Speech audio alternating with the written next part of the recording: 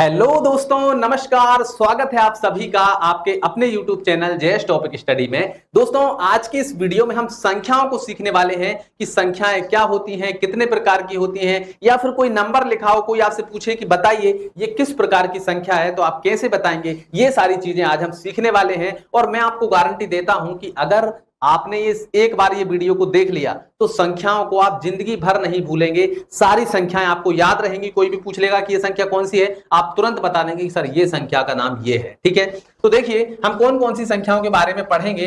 प्राकृत संख्या क्या होती है, पूर्ण संख्या क्या होती है, पूर्णांक संख्या क्या होती है, सम संख्या क्या होती है, विषम संख्याएं क्या होती हैं, भाज्य संख्या क्या होती है, अभाज्य संख्या क्या होती है, परिमेय संख्या क्या होती है, अपरिमेय संख्या क्या होती है। ये सारी चीजें हम सीखने वाले हैं। ठीक है, तो देखो बहुत सारे बच्चों को कंफ्यूजन रहता है कि भैया प्राकृत संख्या, फिर इसके बाद में पूर्ण संख्या, फिर पूर्णांक संख्या। भैया नाम तो एक जैसे हैं, संख्याओं में अंतर क्या होगा, तो अभी आपको समझ में आएगा कि इनमें अंतर क्या होगा। ठीक है, तो यहां पर देखिएगा, सबसे पहले बात हो रही है प्राकृत संख्याओं की। ठीक है, तो यहां पर हम लिख देते हैं प्राकृत संख्या।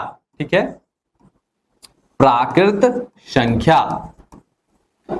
अब प्राकृत संख्याएं क्या होती हैं, देखो प्राकृत संख्याएं वे होती हैं जो हम प्रकृति में यूज करते हैं, जिनको हम गिनने के लिए यूज करते हैं, उनको हम बोलते हैं प्राकृत संख्याएं। जैसे मैं आपके सामने कोई बहुत सारी चीजें रख दूं, फिर मैं आपसे बोलूं कि इनको गिनकर बताओ, तो आप कैसे गिनोगे? 1 2 3 4 5 6 7 8 9 10 11 12, इस तरीके से आप गिनोगे। आप ऐसे तो गिनोगे नहीं कि 0 1 2, 0 से थोड़ी ना गिनेंगे भाई, 0 कुछ होता ही नहीं है, तो हम 1 से शुरू करेंगे। तो जो संख्याएं 1 से शुरू होती हैं और अनंत तक जाती हैं, उनको हम बोलते हैं प्राकृत संख्याएं। ठीक है, तो देखो भैया 1 2 3 4 5 6 7, और ये संख्याएं कभी खत्म नहीं होंगी। आप गिनते चले जाइए, ये कभी भी खत्म नहीं होंगी। इनको हम क्या बोलेंगे? प्राकृत संख्याएं। यानी अगर आपसे कोई पूछे कि भैया प्राकृत संख्याओं की परिभाषा बताइए, प्राकृत संख्याएं क्या होती हैं, तो आप बोलेंगे 1 से लेकर अनंत तक जाने वाली संख्याओं को हम क्या बोलते हैं? प्राकृत संख्याएं बोलते हैं। ठीक है, फिर इसके बाद में आती है हमारी पूर्ण संख्याएं। तो यहां पर हम लिख देते हैं पूर्ण संख्या। ठीक है, ये हो गया हमारा पूर्ण संख्या। अब बहुत सारे बच्चे सोच रहे होंगे कि सर यहां पर हमने 1 से लेकर अनंत तक सारी संख्याएं तो लिख दी, अब पूर्ण संख्याओं में क्या लिखेंगे, इसमें क्या अंतर हम दिखाएंगे कि भैया प्राकृत संख्याओं में हमने सारे नंबर ले ही लिए, तो पूर्ण संख्याओं में अब कौन से नंबर आएंगे? तो भैया जर्रा सा अंतर है, इतना सा अंतर है, उसको आप समझ लीजिए। तो देखो भैया पूर्ण संख्याएं, इन संख्याओं में अभी कुछ कमी है। वो कमी क्या है समझो। देखो यहां पर हमने क्या शुरू किया है? 1 से शुरू किया है, लेकिन यहां हम क्या करेंगे?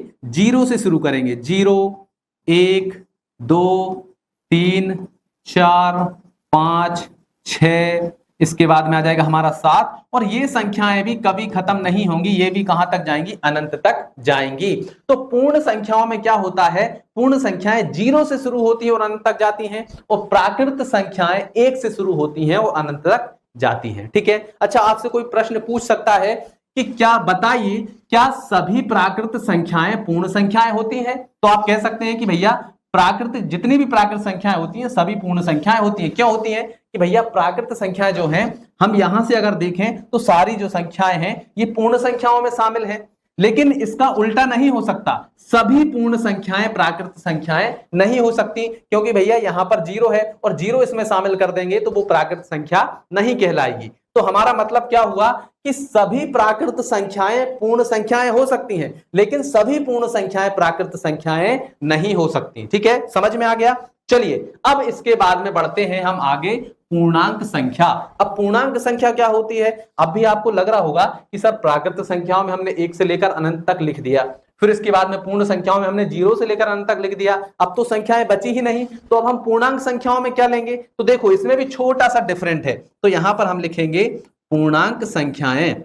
पूर्णांक संख्या, अब इसमें क्या अंतर होगा समझिए। देखो जैसे कि भैया आपने माइनस वाली संख्याएं देखी होंगी, जैसे -2 हुआ तो प्लस का 2 भी होगा, माइनस का 1 है तो प्लस का 1 भी होगा। ठीक है, तो इसमें क्या होता है? पूर्णांक संख्याओं में प्लस वाली संख्या भी होती है और माइनस वाली संख्या भी होती है, उनको हमें इसमें शामिल करना होता है। ठीक है, तो यहां पर हम बीच में लिखेंगे 0। अगर 0 के इस तरफ जाएंगे तो प्लस वाली संख्याएं आएंगी। देखो 1 2 3 4, 5 और ये भी कभी खत्म नहीं होंगी, कहां तक जाएंगी, ये अनंत तक जाएंगी, ठीक है। और जीरो के इस तरफ आएंगे तो यहां पर भी हमारा माइनस में आएगा, -1, -2, -3, -4, -5 और ये भी खत्म नहीं होंगी, इधर भी ये अनंत तक जाएंगे, ठीक है। तो अब अगर आपसे कोई पूछे कि पूर्णांक संख्याओं की परिभाषा बताइए, तो आप क्या बोलेंगे, पूर्णांक संख्याओं में वे सभी संख्याएं शामिल होती हैं जो ऋणात्मक और धनात्मक भी होती हैं और दोनों संख्याएं अनंत तक जाती हैं, ठीक है। पूर्णांक संख्याओं में सभी संख्याएं ऋणात्मक और धनात्मक संख्याएं शामिल होती हैं जो अनंत तक जाती हैं। अच्छा, यहां पर एक प्रश्न भी बन सकता है, क्या प्रश्न बन सकता है कि बताइए क्या सभी प्राकृत संख्याएं पूर्णांक संख्याएं होती हैं? बिल्कुल होती हैं। अगर हम यहां से देखें तो ये सारी की सारी क्या है, प्राकृत संख्याएं हैं, ठीक है। अच्छा, क्या सभी पूर्ण संख्याएं पूर्णांक संख्याएं होती हैं? बिल्कुल होती हैं। अगर हम 0 से गिनेंगे तो यहां से इतनी पूरी संख्याएं हैं, ये क्या है, पूरी की पूरी पूर्ण संख्याएं हैं। तो सभी पूर्ण संख्याएं पूर्णांक संख्याएं होती हैं। लेकिन अगर प्रश्न आ जाए क्या सभी पूर्णांक संख्याएं पूर्ण संख्या होती हैं? नहीं होती भैया, इसमें तो नेगेटिव नंबर भी है और नेगेटिव नंबर पूर्ण संख्याएं नहीं होती, ठीक है ना, समझ में आया। तो सभी प्राकृत संख्याएं पूर्णांक संख्याएं होती हैं, बिल्कुल होती हैं। पूर्ण संख्याएं, सभी पूर्ण संख्याएं पूर्णांक संख्याएं होती हैं, बिल्कुल होती हैं। लेकिन इसका उल्टा सच नहीं है, यानी पूर्णांक संख्याएं जो है, सभी पूर्णांक संख्याएं पूर्ण संख्याएं नहीं होती और सभी पूर्णांक संख्याएं प्राकृत संख्याएं भी नहीं होती। यहां तक समझ में आ गया आप सभी को? चलिए अब देखिएगा ध्यान से, अब आती है हमारी सम संख्या। अब सम संख्या क्या है? देखो भाई, सम संख्याएं क्या होती हैं, अब ध्यान से देखिएगा। सम संख्या, तो सम संख्याएं वे संख्याएं होती हैं जिसमें 2 से भाग चला जाता है, यानी जिनको हम 2 भागों में बांट सकते हैं, 2 बराबर भागों में बांट सकते हैं, उनको हम बोलते हैं सम संख्याएं, ठीक है। तो सम संख्याएं क्या होंगी भैया? देखो 2, 4, 6, 8, 10, 12, 14, 16, 18, 20 और ये भी कहां तक जाएंगी? अनंत तक, ठीक है। तो सम संख्याएं क्या होती हैं? वे संख्याएं होती हैं जो 2 से पूरी तरह से विभाजित होती हैं, उनको हम बोलते हैं सम संख्याएं, ठीक है, समझ में आया। अब देखिए इसके बाद में आती हैं विषम संख्याएं। तो विषम संख्याएं क्या होंगी? तो विषम संख्याएं वे संख्याएं होती हैं जो 2 से पूरी तरह से विभाजित नहीं होती, ठीक है। तो विषम संख्याएं क्या होंगी?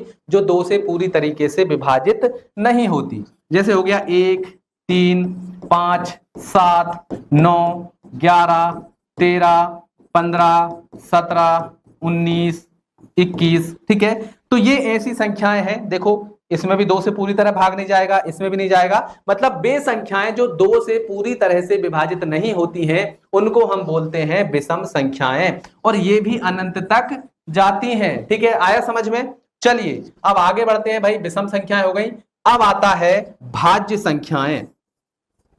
भाज्य संख्याएं, भाज्य संख्या देखो नाम से ही हमें समझ में आ रहा है कि भैया भाज्य संख्या, भाज्य संख्या ये कि मतलब जिसमें भाग चला जाए, ठीक है, मतलब जिसको हम किसी दूसरी संख्या से विभाजित कर सकें, उनको हम बोलते हैं भाज्य संख्याएं, ठीक है। इसको ऐसे समझो, देखो भाज्य संख्या क्या, जैसे हमने लिखा 2, ठीक है, तो 2 तो यहां पर एक अभाज्य संख्या हो जाएगी। देखो हम लेते हैं यहां पर 4, ठीक है। अब 4 में यदि हम 2 से भाग लगाएंगे तो चला जाएगा, 4 में 4 से भी भाग चला जाएगा और 4 में 1 से भी भाग चला जाएगा। तो ऐसी संख्याएं जो स्वयं से भी विभाजित हों, उसके अलावा किसी दूसरी संख्या से विभाजित हों और 1 से भी विभाजित हों, उनको हम बोलते हैं भाज्य संख्याएं। समझ में आया? देखो भाई, जो संख्या किसी दूसरी संख्या से विभाजित हो, खुद से भी विभाजित हो और 1 से भी विभाजित हो, उसको हम क्या बोलते हैं? भाज्य संख्याएं। तो यहां पर 4 हो गया, 8 हो गया, 9 हो गया, इसके बाद में हमारा 10 हो गया, ठीक है। ऐसे ही ये संख्याएं भी कहां तक जाएंगी? अनंत तक जाएंगी। देखो जैसे 8 है, 8 को भी हम 2 से विभाजित कर सकते हैं, 4 से कर सकते हैं, इसके बाद में 8 से कर सकते हैं और 1 से भी कर सकते हैं, ठीक है, समझ में आ गया। तो ऐसी संख्याएं जो खुद से भी विभाजित हों, 1 से भी विभाजित हों और किसी दूसरी संख्या से विभाजित हों, उसको हम बोलेंगे भाज्य संख्या। इसके बाद में आता है भैया अभाज्य संख्या। अब ये अभाज्य संख्या क्या होती है, इसको भी समझ लेते हैं, ठीक है। चलिए अब हम सीखेंगे अभाज्य संख्या। अभाज्य संख्या क्या होगी?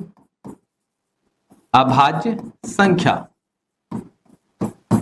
अभाज्य संख्याएं वे संख्याएं होती हैं जिनके टुकड़े नहीं किए जा सकते या जो किसी के भी पहाड़े में नहीं आते। ठीक है, आया समझ में। अभाज्य संख्या ऐसी संख्या, देखो अभाज्य मतलब जिसके भाग ना किए जा सके हो, वही संख्या क्या होती है, अभाज्य संख्याएं होती हैं। जैसे भाई देखो 1 हो गया, 2 हो गया, 3 हो गया, इसके बाद में 5 हो गया, 7 हो गया, 11 हो गया, 13 हो गया, इसके बाद में 17 हो गया, 19 हो गया। तो ऐसी संख्या क्या होती है, अभाज्य संख्या। देखो ये जो 1 है इसमें सिर्फ 1 से ही भाग जाएगा, इसके अलावा किसी से इसको विभाजित नहीं कर सकते।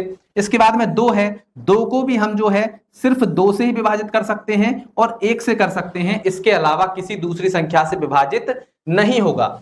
इसी प्रकार से 3 है, इसको हम या तो 3 से विभाजित कर सकते हैं या 1 से कर सकते हैं, इसके अलावा इसको किसी से भी विभाजित नहीं किया जा सकता। इसी प्रकार से 5 है, 5 को सिर्फ 5 से कर सकते हैं या 1 से कर सकते हैं, इसके अलावा किसी भी संख्या से इसको हम विभाजित नहीं कर सकते। इसी प्रकार 7 हो गया, 7 भी 7 से होगा या 1 से होगा, इसके अलावा किसी से नहीं। ऐसे ही 11 है, ऐसे ही 13, ऐसे ही 17, ऐसे ही 19। तो ऐसी संख्याएं जो या तो खुद से विभाजित हो या 1 से विभाजित हो, इसके अलावा किसी भी संख्या से विभाजित ना हो, उसको हम बोलते हैं अभाज्य संख्याएं। इसके बाद में आती है हमारी परिमेय संख्या।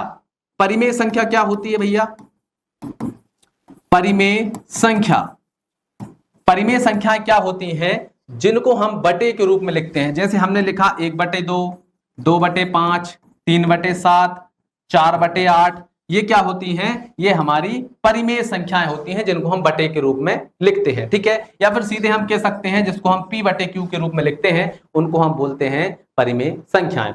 अपरिमेय संख्याएं क्या होती हैं, तो अपरिमेय संख्याओं को भी हम समझ लेते हैं।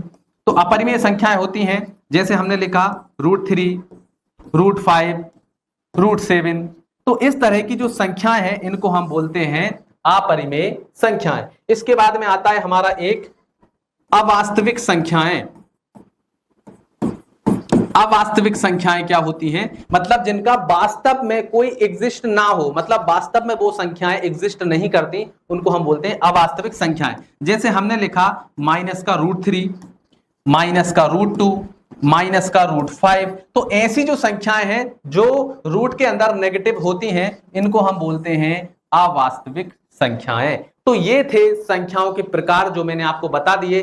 आशा है आपको बहुत अच्छे से ये संख्याओं के प्रकार समझ में आ ही गए होंगे। अगर समझ में आ गए हैं तो फटाफट से इस वीडियो को लाइक कर दीजिए, अपने दोस्तों के साथ इस वीडियो को शेयर कर दीजिए ताकि उनको भी ये चीजें समझ में आए। तो चलिए मिलते हैं अगली वीडियो में, तब तक के लिए जय हिंद, नमस्कार, जय भारत।